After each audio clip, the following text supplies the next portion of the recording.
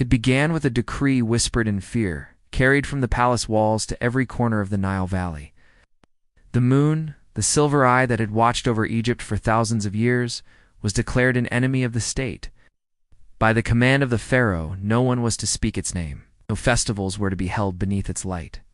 Temples were stripped of their carvings of the crescent. Priests were forbidden to chant the old hymns. And entire villages were ordered to hang dark cloth across their rooftops to block the moon's gaze.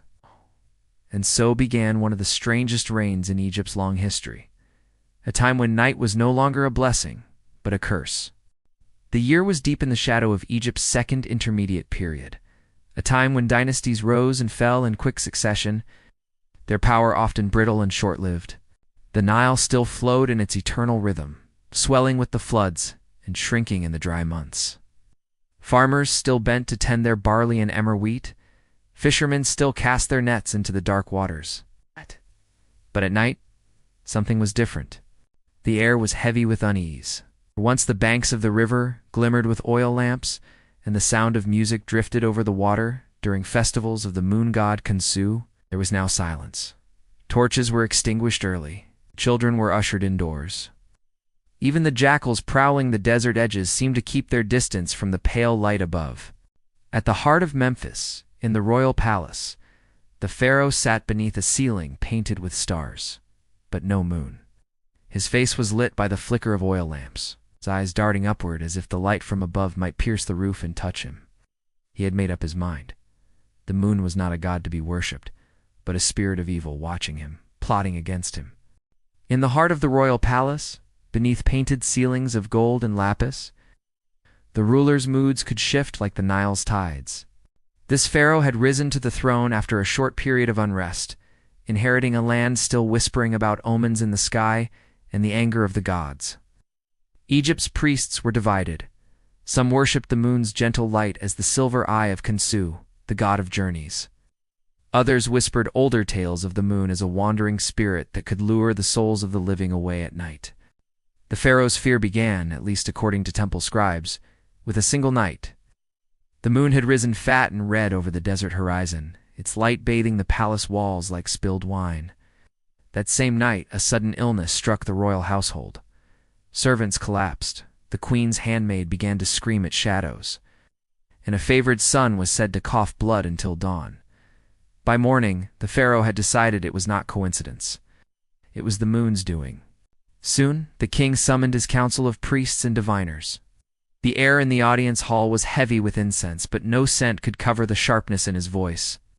He declared the moon was no god, no guide, but an enemy, a spirit bent on undermining his reign. From that moment, Egypt would treat the moon not as a friend in the sky, but as a threat. The order was clear. Every carving, every painted mural that showed the moon would be destroyed. Temples dedicated to Khonsu would be shuttered, their offerings swept away. Festivals once held at night were forbidden. The people were told to bar their doors after sunset. And for those who disobeyed, the punishments would be swift and public. The edict rippled through Egypt like a cold wind. In bustling market towns along the Nile, whispers replaced laughter. Merchants who once traded under the cool glow of the moon now closed their stalls at dusk. Looking anxiously to the east as the sun fell, entire communities who had celebrated the moon's cycles for planting and harvest now found themselves forced to work in daylight's heat, their traditions stripped away. The pharaoh's guards, now called sky wardens, patrolled the streets after sunset. They wore white linen robes and bronze masks, shaped like snarling jackals. Carrying long staffs tipped with bronze crescents meant not to honor, but to repel. In the palace records, it is said they would stop in open plazas, lift their faces to the night sky and chant in long rolling syllables, chants meant to drive the moon's light back into darkness. Inside the temples, priests who had once sung praises to Khonsu were given a choice: burn their own scrolls and renounce the moon, or vanish from public life entirely. Some obeyed in silence. Others fled into the desert, carrying small statues and jars of sacred oil, hiding them in caves until a more merciful time might return. For the common people, life became a careful dance. Windows were shuttered at night not only to block the moonlight, but also to signal loyalty to the pharaoh. Families doused their lamps early, choosing to sit in darkness rather than risk the appearance of moon worship. And yet there were still those who dared. Farmers who buried moon charms in their fields, mothers who sang the old night hymns to their children in a whisper. Every act of defiance carried the weight of danger. The tension deepened with each passing month.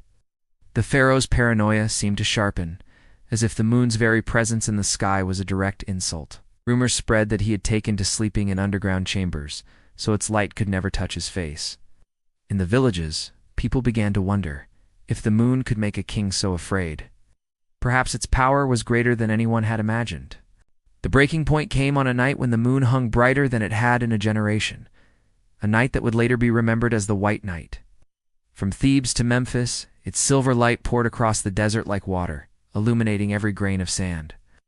The air was still, the river's surface glimmered like polished stone, and every shadow seemed too sharp, too clear. In the royal palace, the pharaoh ordered the entire court to gather in the great courtyard. Torches roared in iron braziers, casting orange fire against the night. Surrounded by his guards, the pharaoh raised his arms and commanded the people to witness the war against the moon. Priests brought forth large bowls of black resin and oil, setting them alight so thick smoke poured into the sky. The sky wardens chanted louder, stamping their staffs against the flagstones. Servants carried mirrors polished to a high shine, angling them toward the heavens as if to catch and shatter the moonlight. And then, the most unsettling sight: a great golden disc, carved with the pharaoh's own face, was hoisted on ropes above the courtyard.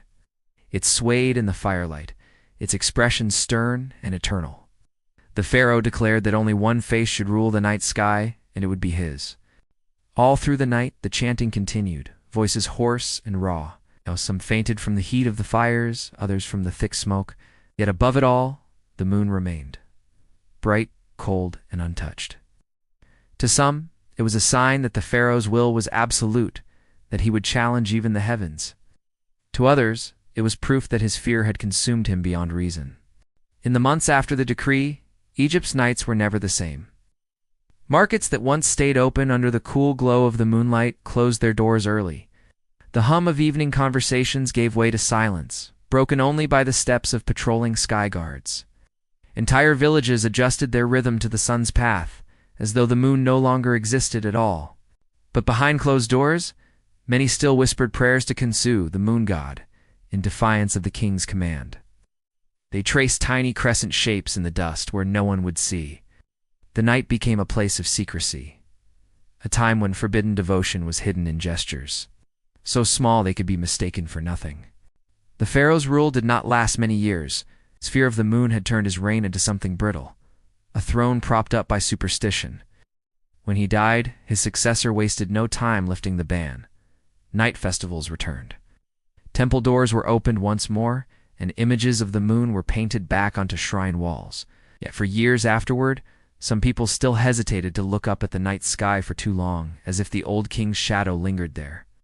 The story of the moonless years in Egypt is not just about a king's strange obsession. It's about how easily fear can take root when it comes from the highest seat of power, and how deeply it can change the rhythm of a people's lives. Imagine living under a sky that you were told to distrust, where even a soft silver light could be seen as an enemy. For a time, the moon was not a symbol of beauty or the passing of months, but a danger to be warded off.